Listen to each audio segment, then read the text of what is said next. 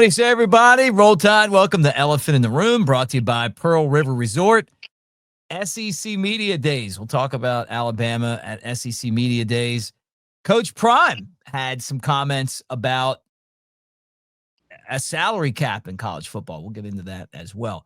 All that right here on the show. Like, subscribe, thumbs up. Thank you for being here. Of course, you know that's Jay Coker, and you know that this is his entry.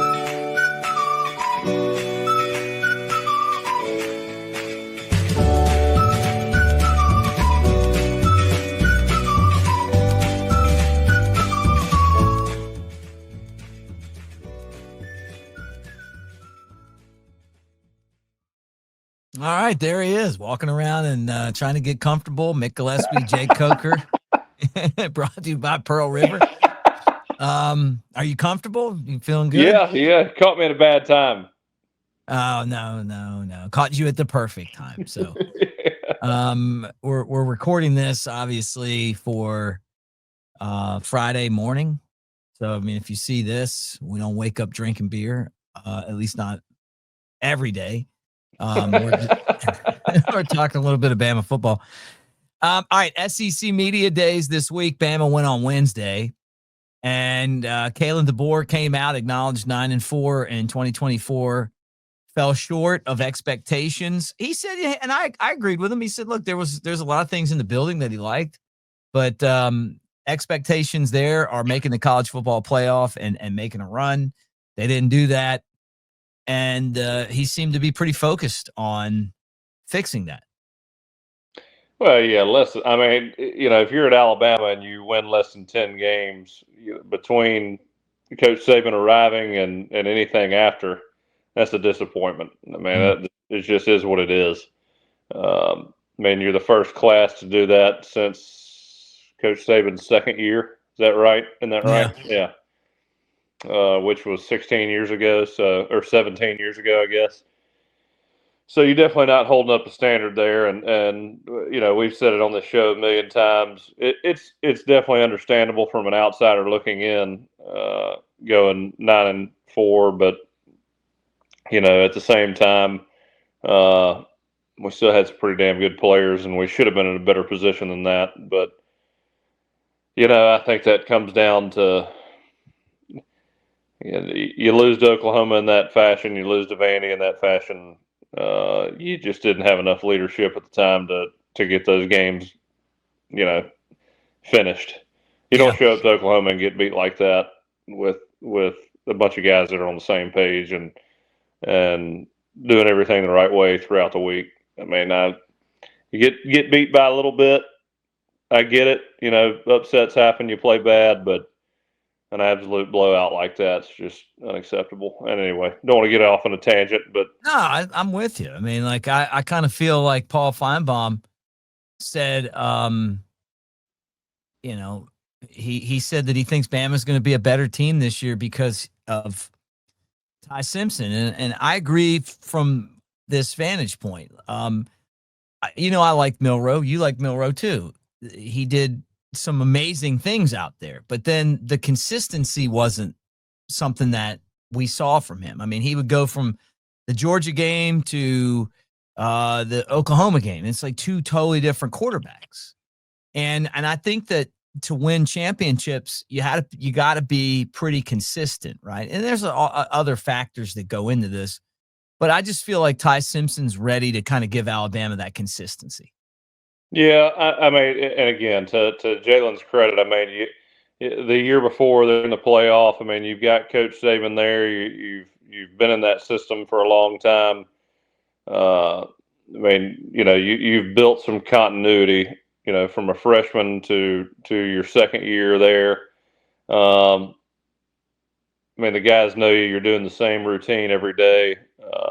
It's tough to be the leader in a time where there's a lot of upheaval, and it's just part of it, and I'll always, respect Jalen for hanging around and doing what he could do to make Alabama, thrive and continue to be successful through that transition period, because he could have up and left, and that would have been a huge blow to to Coach DeBoer's start. And I thought he did a hell of a job by sticking around and trying to keep the wheels rolling.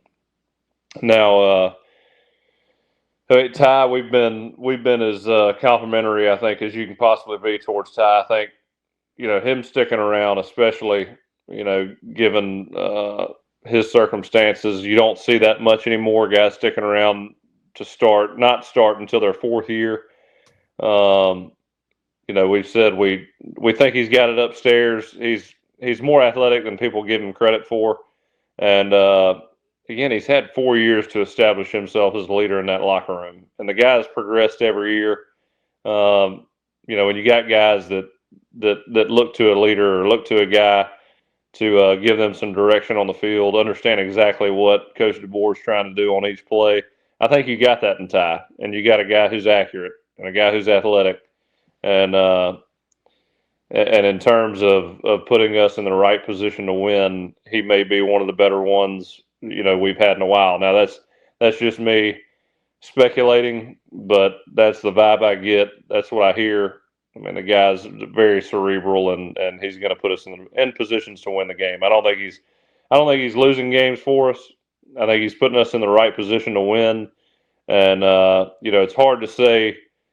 It's hard to say in a first year starting. I don't care how old you are. Your first year starting, I think it's kind of tough to be that guy. I think by the end of the year, he's going to be that guy that wins games, a lot of games for us. And if he sticks around for next year, then I think he's going to be really, really solid, which I don't know why he'd leave unless he had a hell of a year. But he's one of those guys that can be dangerous. And then he's, to me, slipped under the radar for 3 years, and this year's going to be his coming out party. Yeah. No, I'm with you. I mean, I'm excited about it. I mean, obviously, just to see kind of a conventional type of offense, right? Where the running backs know, hey, look, they're going to get the ball. Because I don't think, I mean, he'll run some. He's got some speed, but I think for the most part, it's going to be the running backs doing that. And then this wide receiver group. I mean, he's got some targets, man. And it looked like guys all around the field. Ryan Williams might be the best receiver in football.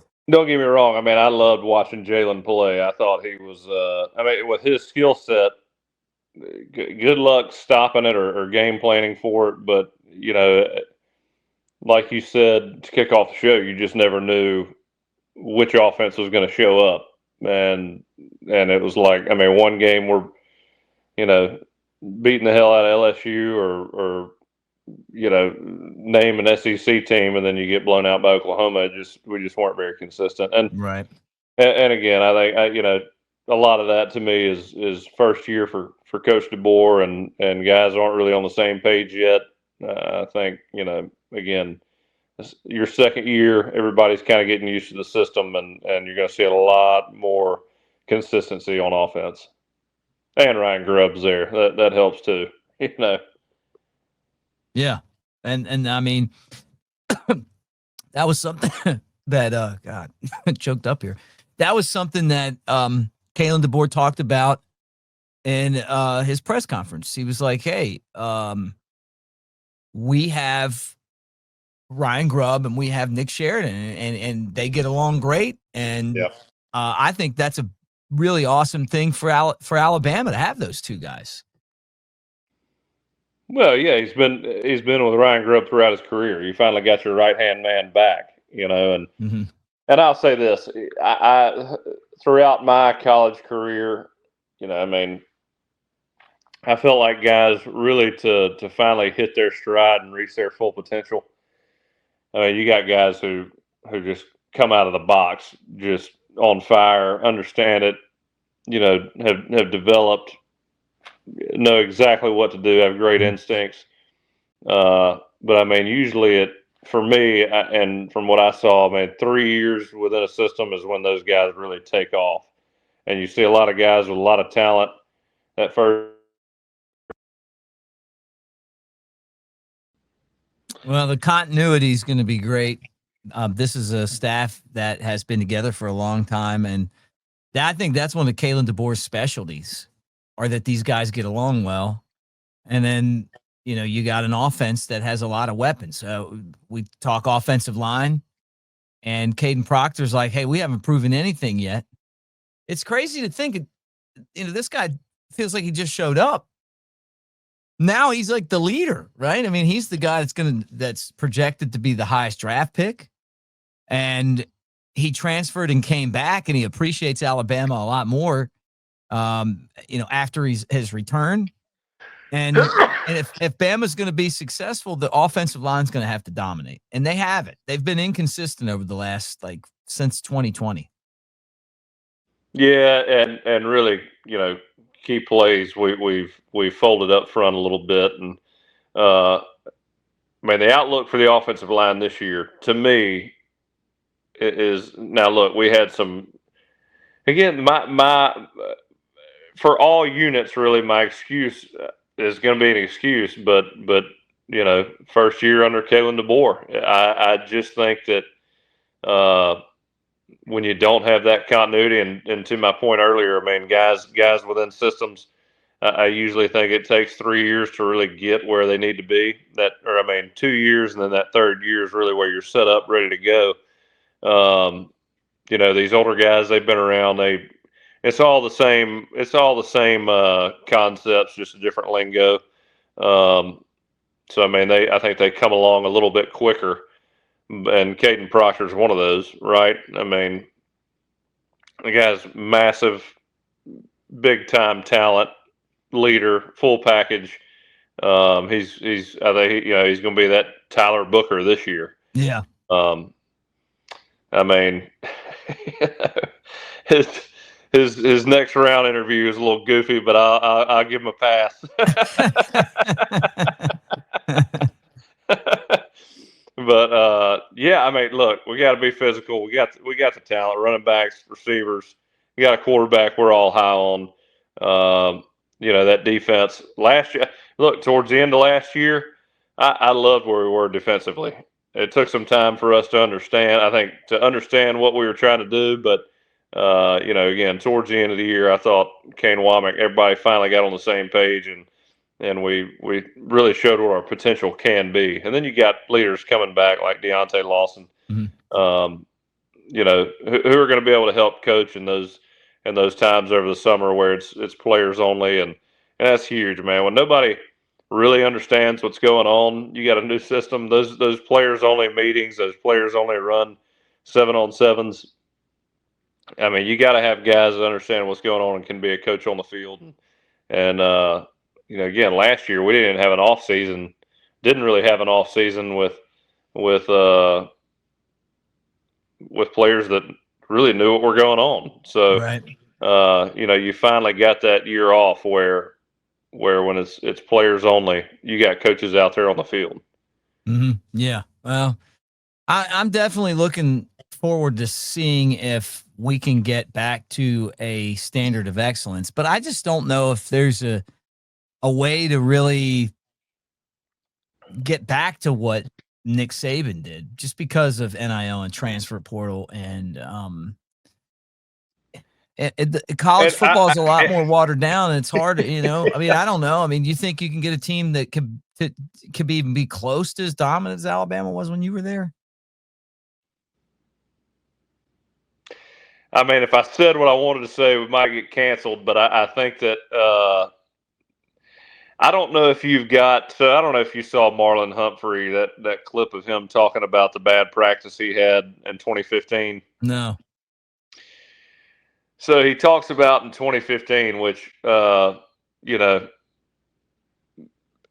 had a bad practice, and some of the scout team guys made some plays over him, and we had a big game that week. I believe it was LSU week, and I think it was Geno Smith or somebody came up to me and said, "Hey, man, you might want to make sure that doesn't happen again because the D-line's saying they're about to take care of it. And by take care of it, they're going to beat his ass." So, I mean, I don't know if you have that kind of – I don't know if there's that mentality anymore anywhere. I mean, it was a different type of mentality in a locker room, and How bad was this practice? I mean, I don't know if it was really all that bad, but relative to everybody else on the field, it may have been bad. Which you're talking about a field on defense that had, I think, 6 or 7 top 2 or 3 round draft picks at one time. So, or I think more than that. So I mean, relative to everybody else, it wasn't very good, from what I hear. Did that ever happen to you? Did anybody, were you ever threatened if you didn't do something right? Like they were going to meet you in the locker room? No. I mean, I didn't really have that confrontation. Now, Ashawn Robinson, he did tell me when I was about to get I almost scored a touchdown against A&M. It was one of the plays after I lowered my shoulder on the sideline. I did it again, and I got like the 3-yard line, and I got tackled. It still pisses me off. But because we didn't score, we ended up kicking a field goal. But yeah, Ashawn Robinson was like, man, he goes, I love you, but I lost some respect for you there. He goes, I wanted to beat your ass. Because you didn't score? Oh, man. I mean, it was like it was another one of those runs where I reversed field. And it was a pretty good run, but again, it's more of a negative. It's almost more negative because I didn't score and I got tackled on the 1-yard line. Then, what should you have done? What'd you do wrong? Like, what would you have done if you had it over again? Well, I didn't see him. I didn't really see the guy. That was the problem. And so I didn't feel like I was on balance or ready for it. And so he wrapped his arm around my right leg, and it just kind of caught me at a weird angle, which usually I wouldn't go down for that. But because it wasn't like blunt force where he just tried to hit me and I could see him coming. It was like he wrapped his arm around my leg and it just kind of slipped me up. Does that make any sense? Yeah. He like lassoed your legs or something. Yeah, that's right. So yeah, it was frustrating. It is a debacle. Yeah, but you guys won, so that's the most important thing. Before we talk about the next topic, I want to remind you guys that we're brought to you by our friends in Ocean City, Residence Inn by Marriott Ocean City. That is where Keith's hanging out, and we appreciate him being a part of what we do here on a daily basis. But swing out there, secrets, the boardwalk, great fishing tournaments, awesome seafood, great views, all that at Residence Inn Marriott right there in Ocean City. Back to back coastal style hotel of the year. And thank you guys for being a part of what we do. But you guys looking for a place to go on vacation, go check it out. All right, Coach Prime, I love Coach Prime. He said this. Basically, Texas Tech's coach is getting like $28 million to just spend, right? And Coach Primes wants a salary cap in college football because Colorado can't pull that type of money off, right? And he basically thinks that the Alabama Crimson Tide, the Ohio State Buckeyes, will be able to spend a lot more money than Colorado. Said that on the Triple Option podcast. It'll never happen. It'll never happen because Colorado is not the same as Ohio State and Alabama and big market cities that have alumni that are willing to do that. It's like Major League Baseball. You got the left side of the Dodgers infield making more money than most major league teams. It's not going to happen. Alabama, I mean, they're not a super spender like Texas and Ohio State, but I know what his point is. I just don't know if there's any way to control this. And even with this new system that everybody's supposed to spend $20 million revenue share and then do real NIL. I mean, are they really is somebody going to regulate the fake NIL, which is basically just paying people compared to real NIL? I mean, are all of a sudden we going to have a bunch of guys on this podcast because they got to earn that money they're getting? Fine with me. We're expensive. I mean, I don't know the difference between real NIL and fake NIL. I don't know. it's the wild, wild west, and there's always a loophole. I don't care what you're talking. Yep. I don't care what aspect of finance you're talking about. There's always a loophole. There always will be. So the can of worms has been opened, and I mean, look, I agree with Deion Sanders, but at the same time, they all have salary caps, but you can't control the sponsorship revenue.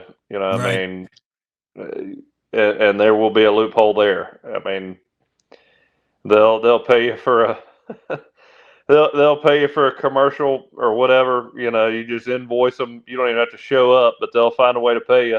I mean, that's the way it's Dude, going to great be. jobs. Sign me up for one of those. Yeah. I'll take that. Yeah, but like the old days, you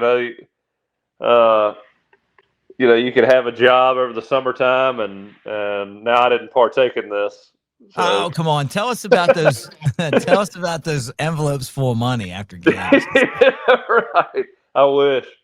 Were they like really high fives, or did people just come through and like just slide some but you cash heard in all your this. pocket? But everybody knows about the old stories where you could work over the summertime and they'd put you on payroll. Yeah. And you'd clock in and clock out, but you never showed up. Yeah. Where'd you work when you did that?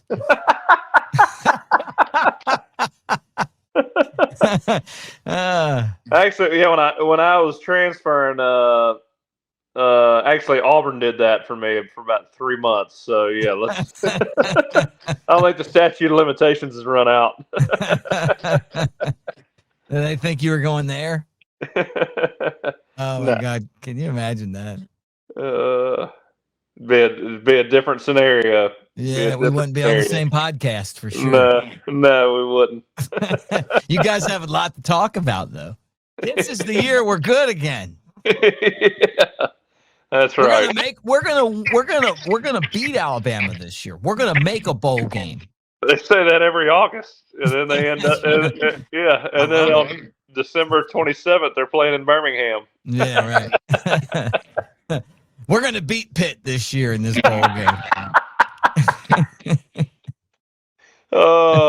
This is a real helmet game. We're going to get it done at Baylor this year. Yeah, right. Yeah. Oh, my goodness. Well, I don't know how they need to have a salary cap. I think they do. Because I think that's before it, where you weren't supposed to be spending any money anyway. Like no one was supposed to be getting paid because it was amateur athletics. Now it's like that. Well, the rev share I thought what basically was a salary cap. I mean, you allocated funds to certain sports and you had to pick and choose, and I mean that's the extent of the school's involvement, and I mean NIL is. I mean, it's no different. Like I said, in all these major sports leagues, I mean, you can have a salary cap all you want, but the outside money you can't stop somebody from taking a sponsorship. Right. Well, we'll see. I just want NIL to be NIL, like if you're going to get an NIL check, like you legitimately go out and earn it. That would be great. And that would be really a wonderful place to start on all this. All right. I want to ask you about this. A lot of former Alabama championship quarterbacks making headlines. We got where you're going with this. AJ called out Hugh Freeze last week, which I thought was fantastic.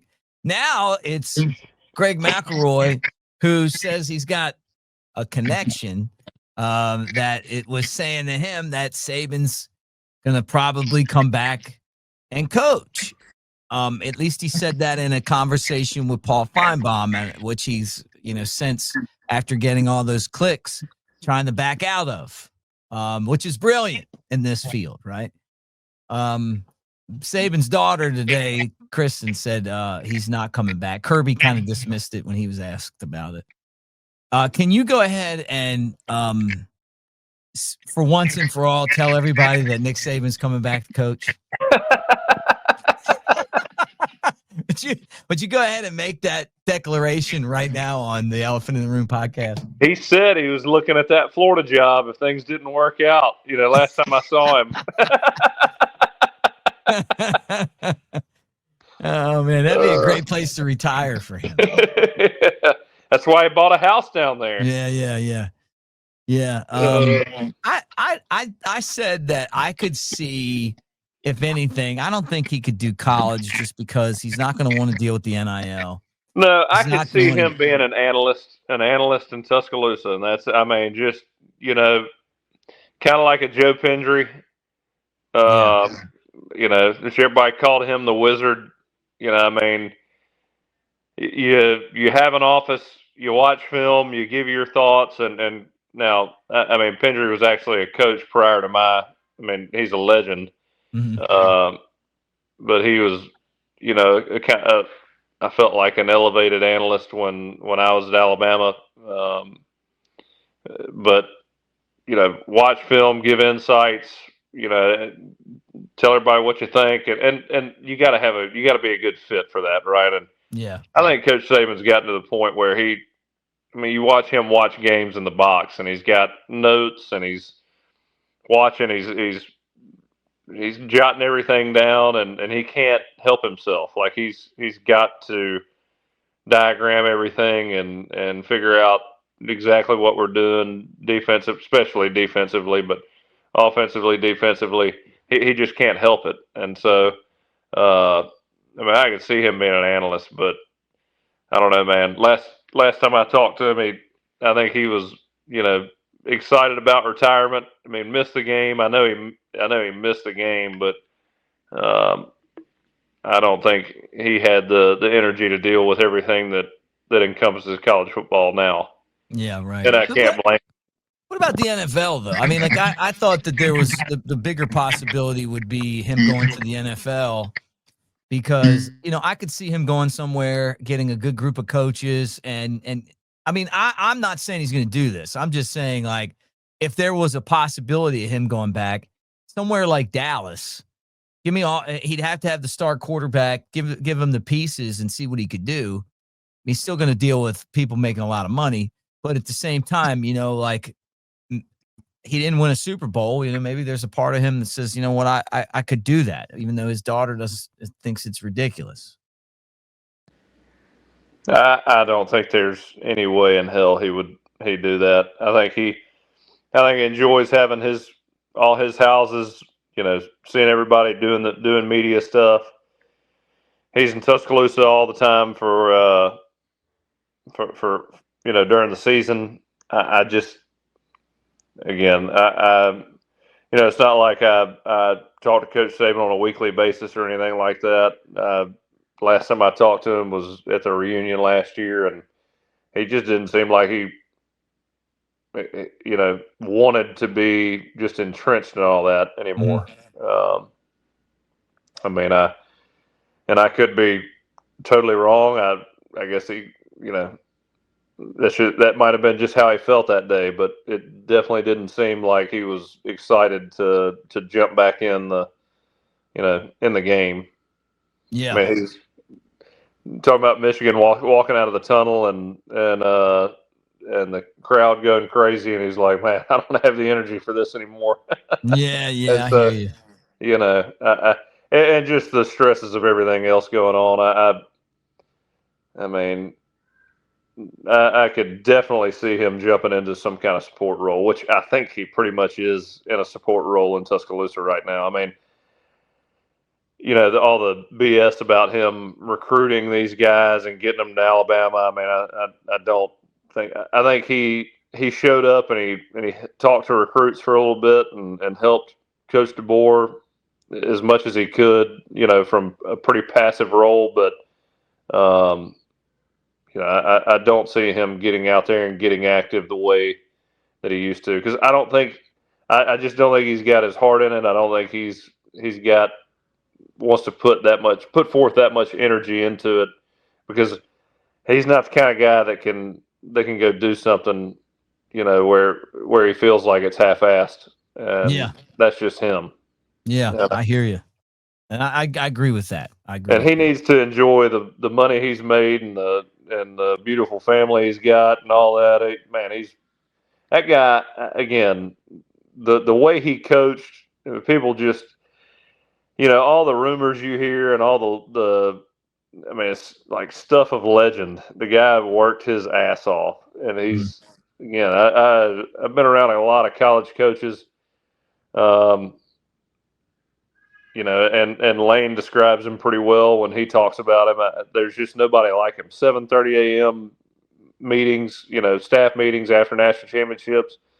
Again, I obviously have never been a part of a staff meeting, a coach's staff meeting, but Sal Sinceri said the same thing. And so, I mean, I wouldn't know because I was never at a staff meeting, but I've heard all those coaches say that.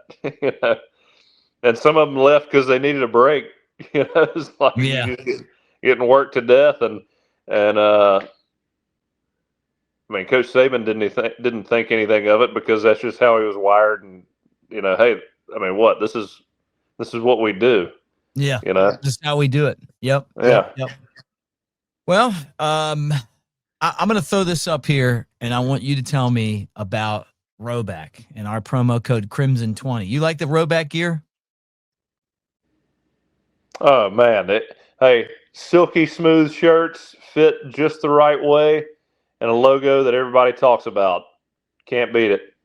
That's why I threw you on here because that's perfect. I like the little dog logo. Crimson20, use our promo code, whether you're going with the hoodie, whether you're going with some golf wear, whether you're getting ready for game day, you're going to look good, man. Going back to school for you kids going back to class, Rhoback, Crimson20 is our code, get you 20% off.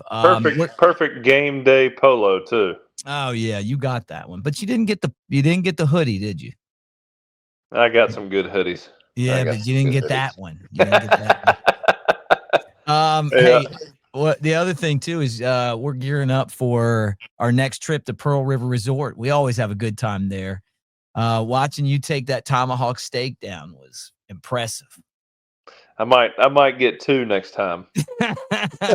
Man, they're so good at Philip M. Steakhouse.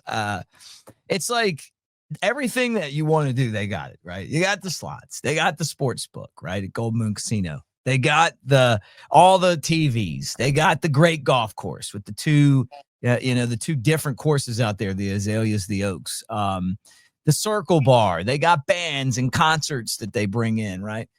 They got a water park, it's been really hot. So it'd be fun to go to Geyser Falls Water Park. I need the spa right now. And only what, 60 miles from Tuscaloosa? Is that right? Yeah, it's not far. It's really not even be honest with you. I mean, it's not a bad drive from here at all. Down where we live. I mean, you just go straight up there. But everything's right there. And it's convenient for those in Birmingham and Tuscaloosa. We'll be there again soon. Right now, planning an SEC football preview sometime in August. So that'll be fun. All right, guys, subscribe, thumbs up. Thank you for being here. You can catch all of our episodes on the Cover Crimson Podcast Network, Spotify, Apple, all that. Roll Tide, and we will talk to you guys again really soon, maybe even tomorrow.